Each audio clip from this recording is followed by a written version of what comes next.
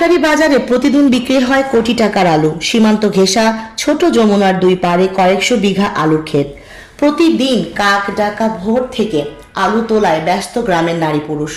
নদীর ঠান্ডা জলে আলু ধুয়ে পরিষ্কার করে বস্তায় ভরছেন পুরুষেরা। সেখান থেকে সেই আলু সাইকেল ও ভ্যানে যাচ্ছে 400 গজ দূরে গ্রামের ভেতর আলুর অস্থায়ী পাইকারি বাজারে।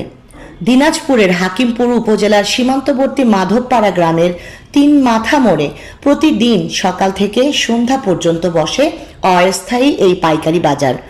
বাজারে প্রতিদিন আগাম জাতের আলুর কোটি টাকার ব্যবসা হচ্ছে। বিরামপুর ও হাকিমপুর উপজেলার কয়েকশো আলু চাষি জমি থেকে আলু সংগ্রহ করে এ বাজারে বিক্রি করছেন।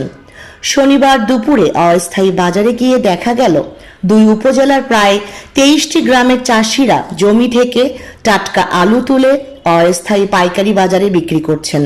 এখানে স্থানীয় 12 জন আড়তদার প্রতিদিন 5 থেকে 6 হাজার মন আলু কিনছেন। এসব আলুর পাইকারি মূল্য কোটি টাকার বেশি। সাবরিনা টুম্পা, তরঙ্গ টিভি।